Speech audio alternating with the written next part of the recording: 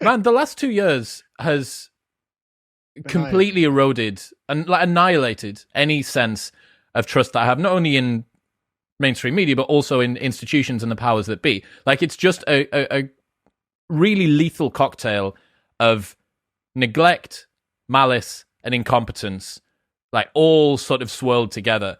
But is there still a swath of people that have faith in these mainstream media? And is it the older generation that pretty soon are going to, within a couple of decades, are maybe not going to be there anymore, and we're now going to have no institutions, no media that mainstream media that the people that are coming through are prepared to trust? It seems to me there's the older generation that is more skeptical of the institutions at the moment. The sort of radicalized boomers who are voting for Brexit and Trump, who are just like, you know what, no, this is fucked. I don't like this. We're getting out. Eject. And that seems to me that and God bless, they're the ones who did the right thing. The problem I have are the Zoomers and the millennials who don't know any different and don't have any framework for legitimacy outside of the power of the state and the institution. This is the worst thing about intersectionality and what it's done, having proliferated through our schools and through our cultures and through our institutions. Well, I'm not sure we could say it's proliferated through the schools yet, Oh, absolutely has. I mean, has it got to the stage where these people are adults now? I've had to have these conversations with my 11-year-old daughter where she's come home and be like, I think I'm bi. It's like, what? Oh, well, I'm really worried. I'm part of the LGBT community. I'm really worried about transphobia. She's 11.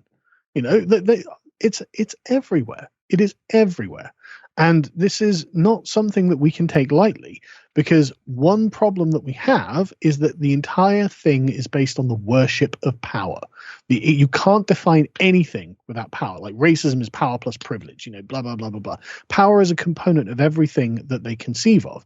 And if you are expressly critiquing power relations and saying, if there is a power imbalance, then there is oppression, and therefore this is illegitimate, then you have made illegitimate the relationship between mothers and daughters, fathers and sons, between teachers and students, between the prime minister or the president and the population.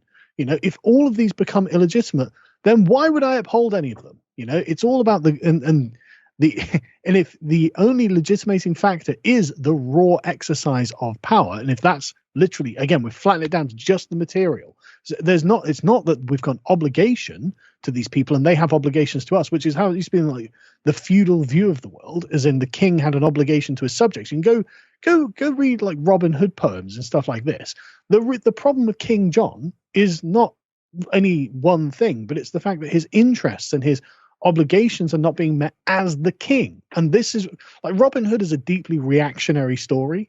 Like, he's not a revolutionary, he's not a socialist. What he's saying is the king is not obligated, he's not upholding his obligations to the peasants in a loving way. He's not acting like their father, And so if we've annihilated all of that and reduced it down to purely the material exercise of power, then great. Okay, now what legitimizes anything? Well, it's strength. That's it. And if generations are coming up who don't understand that there are moral factors outside of the pure exercise of power, then all they'll consider to be true is strength, power. That's the very beating heart of fascism.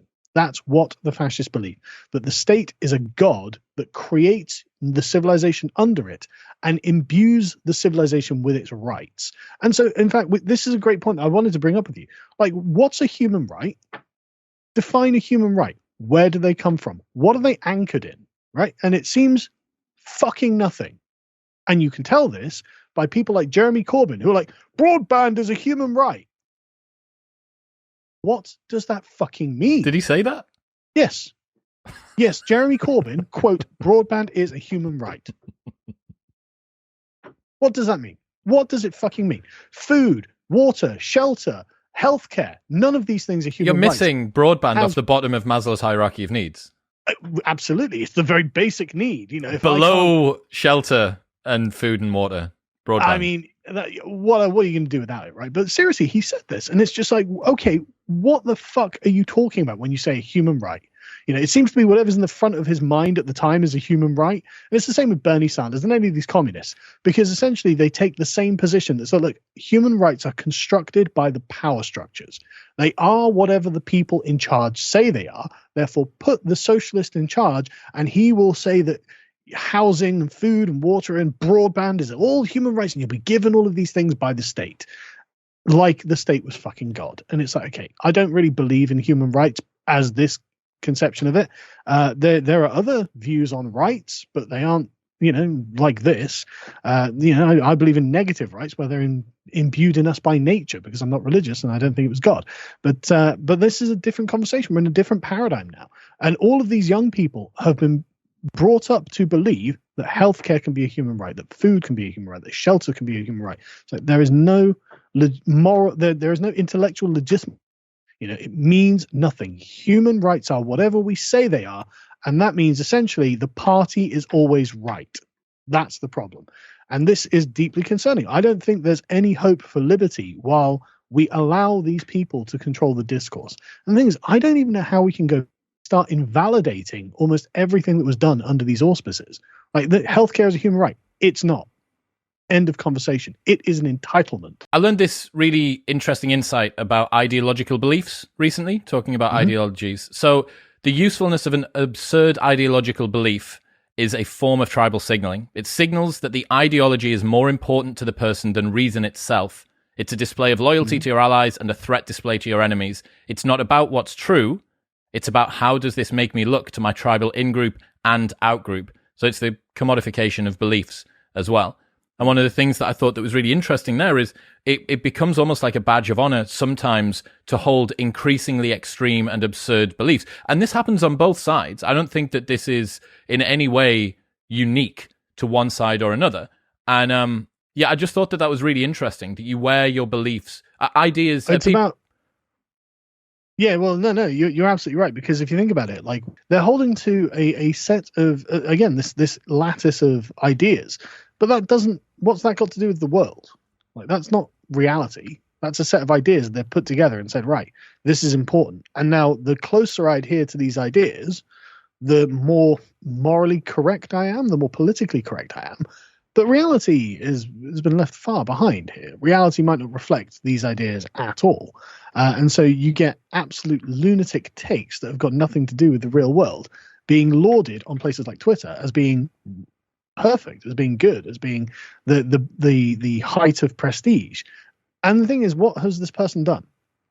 I've claimed a really extreme position that, fits in with this lattice of ideas. Okay, how much effort was that?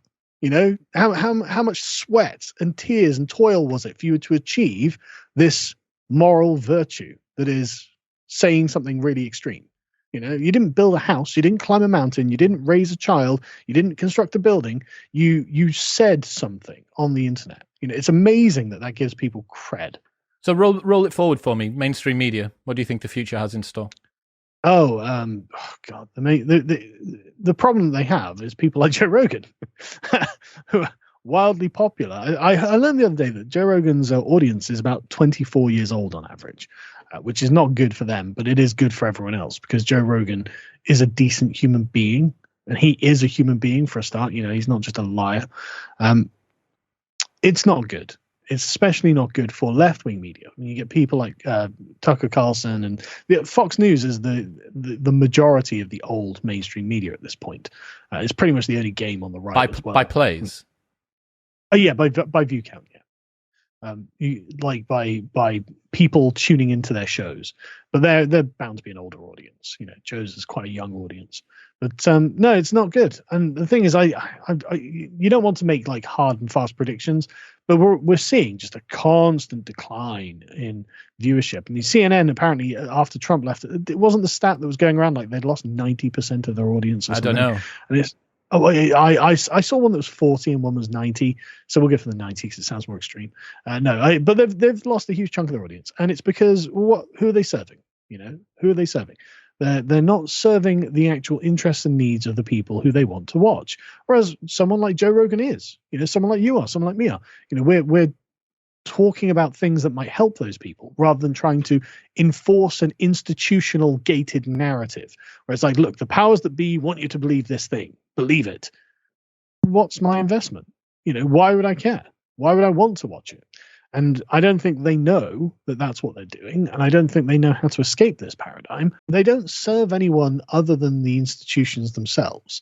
And so the people who are deeply invested in left-wing politics and the preservation of the institutions will watch them and support them. But everyone else who's just getting on with their lives is just not going to bother. And so I don't know what else we can really do other than enjoy the ride as they continue to fail. But, I don't think they can maintain themselves indefinitely on this trajectory. What's happening, people? If you enjoyed that, then press here for the full, unedited episode. And don't forget to subscribe. Peace.